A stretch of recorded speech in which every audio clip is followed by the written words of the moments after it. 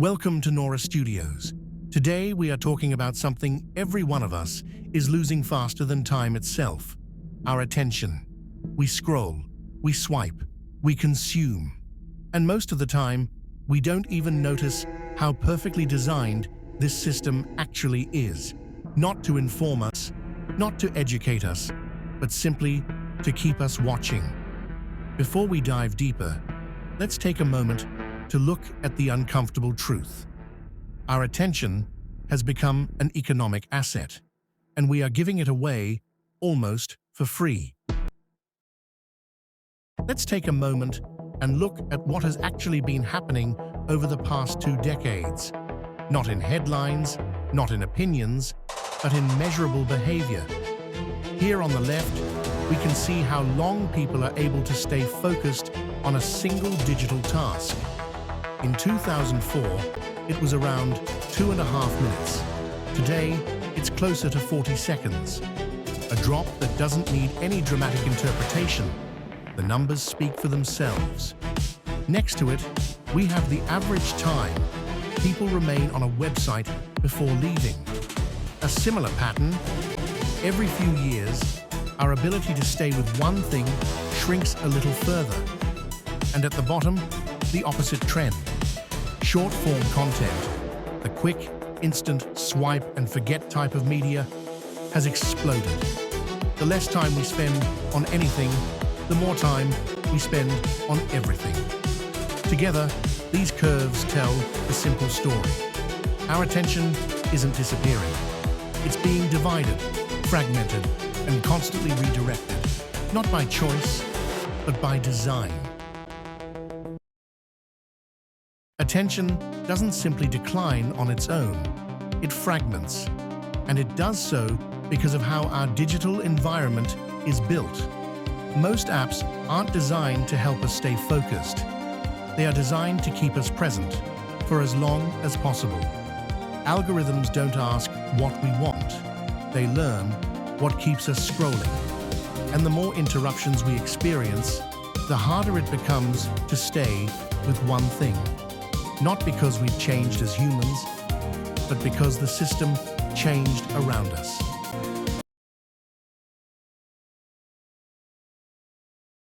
In today's digital world, attention is not just something we use. It's something that is taken, measured, and monetized. Every second we stay on a platform has an economic value. Algorithms compete for that value, not by helping us focus, but by keeping us engaged, distracted, and constantly moving. The result is simple. We don't lose our attention through weakness. We lose it because the system profits when we do.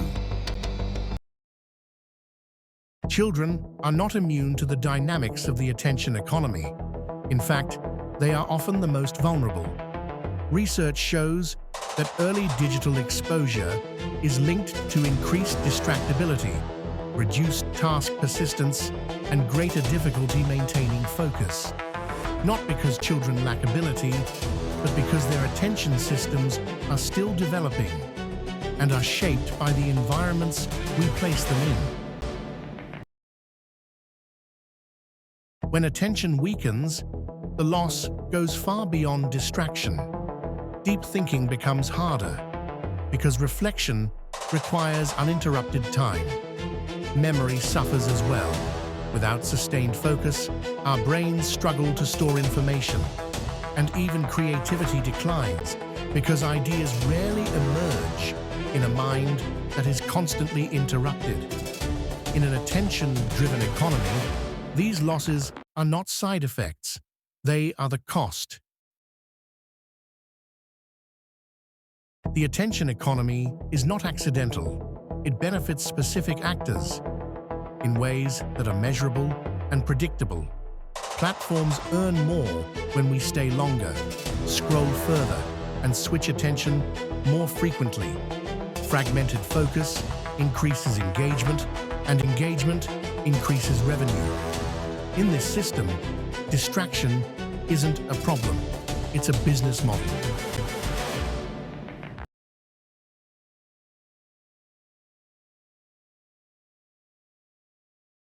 Our brains are built to respond to rewards, and digital platforms are built to deliver them, not steadily, but variably. Every swipe, every refresh, every new piece of content creates a moment of anticipation. Sometimes we find something interesting, sometimes we don't. And that unpredictable pattern is what keeps us scrolling. Over time, this constant stimulation competes with, and often overrides, our long-term focus and self-regulation. It's not a lack of discipline, it's a system designed to be difficult to resist. When attention weakens on a large scale, the consequences ripple far beyond individual screens. Education suffers first. Learning requires time, depth, and continuity, all of which become harder when focus is constantly disrupted. Public discourse weakens as well. Complex issues are replaced by short bursts of stimulation, and meaningful debate becomes harder to sustain. And in the workplace, productivity falls because no system can function efficiently when its people are interrupted hundreds of times each day. These are not abstract risks. They are measurable costs, and we are already paying them. We live in a world that accelerates every year, faster, shorter, louder. Not because we asked for it, but because it keeps us scrolling. Doom scrolling, brain rot, words we created to laugh at our own exhaustion. But underneath them lies a simple truth. We have built a culture where attention is something to be consumed, not something to be valued. We allow our children, with developing minds and fragile focus, to trade their most precious resource for an endless stream of stimulus that was never meant for them. Not because they choose it, but because the system never gave them a chance to choose otherwise. And while we talk about freedom, our feeds are curated by algorithms that know what we want before we even feel the impulse. The machine decides what deserves our attention, and we are left believing it was our idea. This is not entertainment anymore. This is consumption, for the sake of consumption. A loop fed by profit and paid for with our ability to think clearly. At Nora Studios, we try to stand outside of that logic. We try to create work that respects the time of the people who watch it. But even we cannot escape the reality that the very platforms we use reward velocity over value. So here is the uncomfortable truth. We are not losing our attention. We are giving it away.